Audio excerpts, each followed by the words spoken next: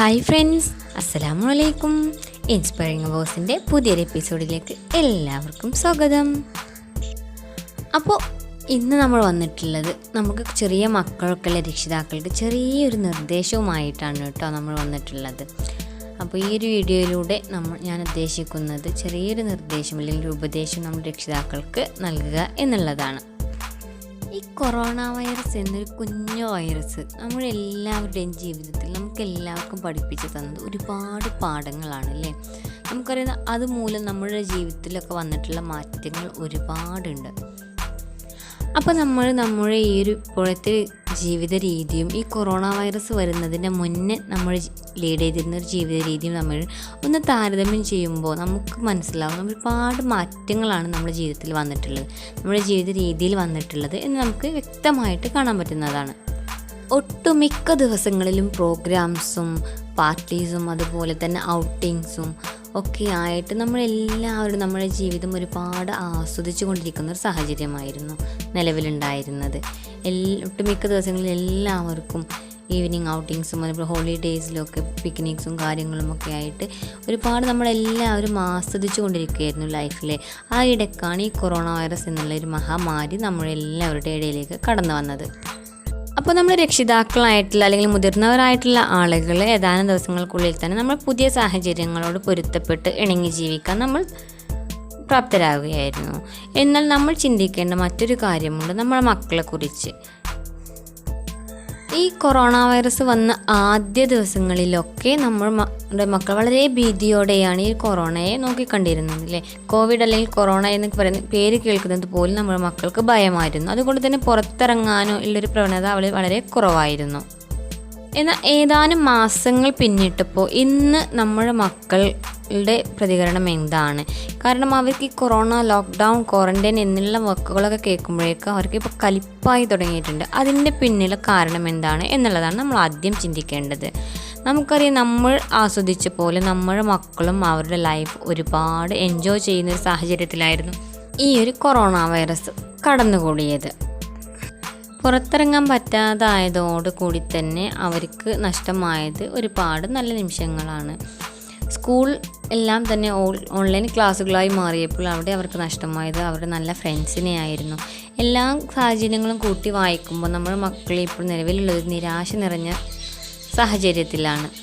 അപ്പോൾ പല മക്കളും പറയുന്നത് നമ്മൾ കേൾക്കുന്നുണ്ട്, ഈ കൊറോണ ഒന്ന് മാറിക്കിട്ടിയിരുന്നെങ്കിൽ അല്ലെങ്കിൽ ഈ സ്കൂളൊന്ന് തുറന്നു കിട്ടിയിരുന്നെങ്കിൽ എന്നുള്ള സംസാരമാണ് ഒട്ടുമിക്ക മക്കളിൽ നിന്ന് നമ്മൾ കേട്ടുകൊണ്ടിരിക്കുന്നത്. കാരണം അവരുടെ ആ വാക്കുകളിൽ അവർ പ്രകടമാക്കുന്നത് അവർക്ക് നിലവിലുള്ള സാഹചര്യത്തിൽ അവൾ എത്രത്തോളം ബോർഡാണ് എന്നുള്ളതാണ് നമുക്ക് വ്യക്തമാവുന്നത്. അപ്പോൾ നമ്മുടെ മക്കളെ മനസ്സിലാക്കാനും അവരുടെ സാഹചര്യങ്ങൾ മനസ്സിലാക്കാനും അവരുടെ മാനസികാവസ്ഥ മനസ്സിലാക്കാനും അതിനനുസരിച്ച് നീങ്ങേണ്ടത് നമ്മുടെ രക്ഷിതാക്കളായിട്ടുള്ള അവരുടെ കടമയാണ്. അപ്പോൾ നമ്മൾ ചെയ്യേണ്ടത് എന്താണ് എന്നുള്ളതാണ് നമ്മൾ അടുത്തതായിട്ട് ഡിസ്കസ് ചെയ്യേണ്ടത്. നമുക്കറിയാം, നമുക്ക് ഇന്നത്തെ സാഹചര്യത്തിൽ നമുക്കൊരുപാട് പരിമിതികളുണ്ട്. എന്നാൽ ഈ പരിമിതികൾക്കുള്ളിൽ നിന്നുകൊണ്ട് നമ്മുടെ മക്കളുടെ ഓരോ ദിവസവും മാക്സിമം അവർക്ക് എൻജോയ്മെൻറ്റ് നൽകാൻ നമ്മൾ എപ്പോഴും ശ്രമിക്കേണ്ടതാണ്. കാരണം അവരുടെ നിലവിലുള്ള മാനസികാവസ്ഥ എന്ന് പറയുന്നത് അവർക്ക് ഒരുപാട് നിരാശ നിറഞ്ഞ ദിവസങ്ങളാണ് ഇപ്പോൾ കടന്നു പോകുന്നത്. ആ ദിവസങ്ങളെല്ലാം തന്നെ വളരെ ഫണ്ണ് ആയിട്ടുള്ള ഡേയ്സാക്കി മാറ്റി നമുക്ക് രക്ഷിതാക്കൾക്ക് മാത്രമേ കഴിയുകയുള്ളൂ. ചെറിയ മക്കളായത് കൊണ്ട് തന്നെ അവരും എൻ്റർടൈൻ ചെയ്യുക എന്നുള്ളത് വളരെ ഈസി ആയിട്ടുള്ള ഒരു കാര്യമാണ്. ചെറിയ ചെറിയ കാര്യങ്ങളിൽ വരെ ഒത്തിരി സന്തോഷം കണ്ടെത്തുന്ന ഒരു പ്രായമാണ് നമ്മളുടെ കുഞ്ഞു മക്കളുടെ ചെറിയ കുട്ടിക്കാലം എന്ന് പറയുന്നത്. അപ്പോൾ അവരുടെ ഈ ഒരു ചെറിയ പ്രായത്തിൽ അവർക്ക് കൊടുക്കാൻ പറ്റുന്ന മാക്സിമം എൻ്റർടൈൻമെൻറ്റ് ആക്ടിവിറ്റീസ് നമ്മൾ പ്ലാൻ ചെയ്ത് അവർക്ക് മുന്നിൽ നമ്മൾ എത്തിച്ചു കൊടുക്കുമ്പോൾ അല്ലെങ്കിൽ അവരെ അങ്ങനെ ഒരു ഇതിലേക്ക് നമ്മൾ എത്തിക്കുമ്പോൾ അവരുടെ ഉള്ളിലുണ്ടാകുന്ന സന്തോഷം എന്ന് പറയുന്നത് വളരെ വലുതായിരിക്കും. അപ്പോൾ ഈ നിലവിലുള്ള ഈ ഒരു സാഹചര്യം മുതലെടുത്തുകൊണ്ട് തന്നെ നമ്മൾ മക്കൾക്ക് മാക്സിമം എൻ്റർടൈനിങ് ആയിട്ടുള്ള അതുപോലെ തന്നെ ഒരുപാട് ഫലപ്രദമായിട്ടുള്ള ഒത്തിരി ആക്ടിവിറ്റീസ് നമ്മൾ പ്ലാൻ ചെയ്ത് അവർക്ക് നൽകുന്നതിലൂടെ അവർക്ക് കിട്ടുന്നത് വെറും ഫൺ മാത്രമല്ല. നമ്മൾ എപ്പോഴും അവർക്ക് വേണ്ടിയിട്ട് ഒരു ആക്ടിവിറ്റി പ്ലാൻ ചെയ്യുമ്പോഴും നമ്മൾ അതിൻ്റെ പിന്നിൽ എന്തെങ്കിലും ഒരു റിസൾട്ട് നമ്മൾക്ക് മക്കളിലേക്ക് എത്തണം എന്നുള്ളൊരു ഒബ്ജക്റ്റീവ് കൂടി നമ്മൾ അതിൽ നിന്ന് കണ്ടെത്തേണ്ടതുണ്ട്. അപ്പോൾ ഈ നിലവിലുള്ള ഈ ഒരു സാഹചര്യത്തിൽ നമ്മുടെ മക്കൾക്ക് അവരുടെ ചുറ്റുപാടുകളെക്കുറിച്ച് മനസ്സിലാക്കാനും അവരുടെ വീടിനെയും വീട്ടുകാരെയും എല്ലാവരെയും കുറിച്ച് കൂടുതൽ അറിയാനുള്ളൊരു അവസരമായി നമ്മൾ അതിനെ വിനിയോഗിക്കുക. അപ്പോൾ ഇത്തരത്തിൽ എൻ്റെ കുഞ്ഞു മോനെ ഞാൻ എൻ്റർടൈൻ ചെയ്യിക്കാൻ വേണ്ടിയിട്ട് ഞാൻ അവന് വേണ്ടിയിട്ട് നൽകാറുള്ള ഏതാനും ചില ആക്ടിവിറ്റീസുകളാണ് ഈ ഒരു വീഡിയോയിൽ ഞാൻ ഉൾപ്പെടുത്തിയിട്ടുള്ളത്.